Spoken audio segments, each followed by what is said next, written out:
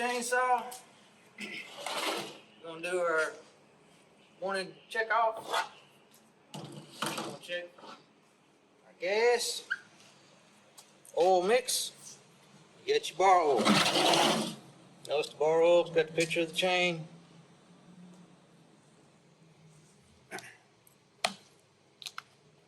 Check the gas. It's mixed gas.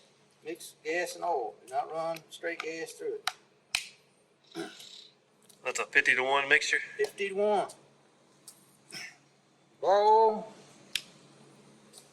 Make sure anytime you put gas in it, even if you're just topping off the tank, top off the oil. So it's set to run out about the same time. If you run out of bar oil before you run out of gas, you end up burning your bar up. You're going to check your chain tension. Make sure it's not, if it's dangling like that and it's loose, just in good shape.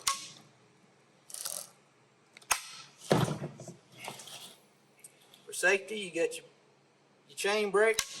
Pull that back. That frees up your chain. When you're not using your saw, make sure you have your chain brake on, even if it's idle. But if it's idling, you don't need to be revving it up with the chain brake on, because it end up burning your saw up. Make sure when you're ready to use it, chain brake's off. As far as startup, cold start. You got your switches here. It's in the off position now. That is the run position. Hold the throttle, flip it down to the full choke position. That's cold start. To start it, for safety,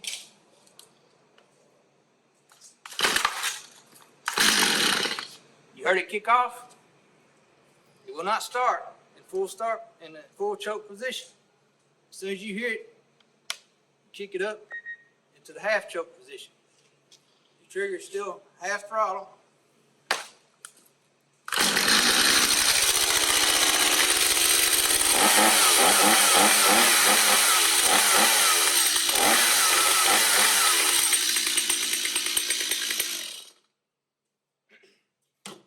All right, once it starts up,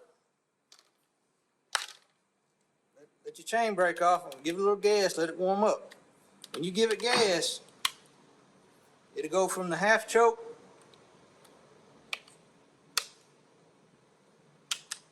go up to the run position. You don't have to flip it up to the run position once it cranks up. Just give it a little gas. If you've already cranked it up and it's warm, do not try and crank it in a full choke position, because you will flood it out. It will not crank and it will flood. Make sure you can crank it in a half choke, which it says half choke, but that technically it's not. The choke is not on. It's just locked your trigger up. Or you can just crank it up at idle. If you do happen to flood it, if you got it cold start, once you hear that initial hit, you keep cranking it, you will flood it out. It will not crank. Even if you put it back up in the run position, it will not crank. Which time you'll start smelling gas. The only way you're going to be able to crank it, you got two ways. You can open this up, take the spark plug out, and get that gas out of that cylinder and put the spark plug back in. But on scene, you don't have that luxury. So put it in the run position. Make sure your chain brake is on. You gotta hold the throttle wide open all the way down. Get in a secure position and just start pulling this rope until it'll finally kick off. It may take 10 pulls, it may take 15 pulls. But make sure your chain brake is on. That way, in case you was to slip. But as soon as it starts hitting, let go of your chain brake, and it should clear itself out. That's on a flooded start. Your small saw, that is for your tree limbs only. Do not use this saw on the fire scene, trying to cut through a roof, cutting through walls. This chain is not designed for that. It'll keep the chain up, and also you have the possibility of striking nails or something, this chain could come apart. Your bigger saw, the chain is a carbide tooth chain, so it is designed to handle that heavier cutting through roofs, building materials, such like that. You get it here, loosen that up, move it in and out. Chances are, really you want it as open as possible. If you don't know how thick your stuff's going to have it in a ready position.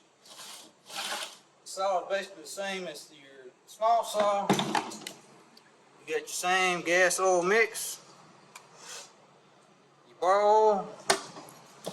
One thing about this saw, it has different than this saw, it has a decompression switch on top. What that does, once it cranks up, it pops out. When you go to start, to help you pull this out, won't be so hard to pull out. You can just push that in, and that's taking compression off the motor, and it won't be as hard to pull this starter rope. Starting the saw is exactly the same. You got your four switch positions, full choke, you half choke, you run, and you stop.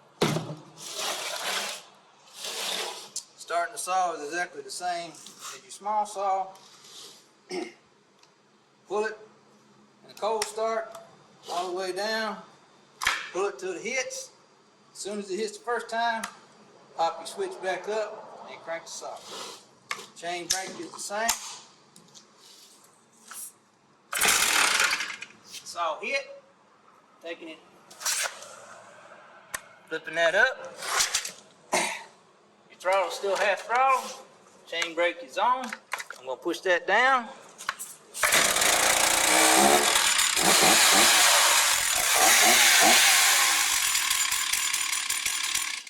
Alright, as you can see, this chain is loose. When you run this saw, these chains get hot and they stretch, and they'll get loose on you like this. You do not want to run it loose like this because it could sling off. It could hurt you. You take your saw wrench, you loosen your two nuts. You loosen. You do not have to take them all the way off. Just loosen them up. Your adjustment screw. Take the screwdriver end of your wrench. Stick it in clockwise. And you'll see your chain tighten up. Once your chain feels tight, tighten your nuts back up. You check your tension. You want your tension to be able to just slight pressure pull down, but you don't want this to come all the way down. You know, if you have to really pull hard on it, just slight pressure. You don't want your teeth to be in your groove right there. That's good enough. Safety, when you're operating any of these saws, when you're not physically using the saw, make sure you get your chain brake on. You get to swing this thing around, gas on it, somebody could be around you. You don't want to be hit by this chain.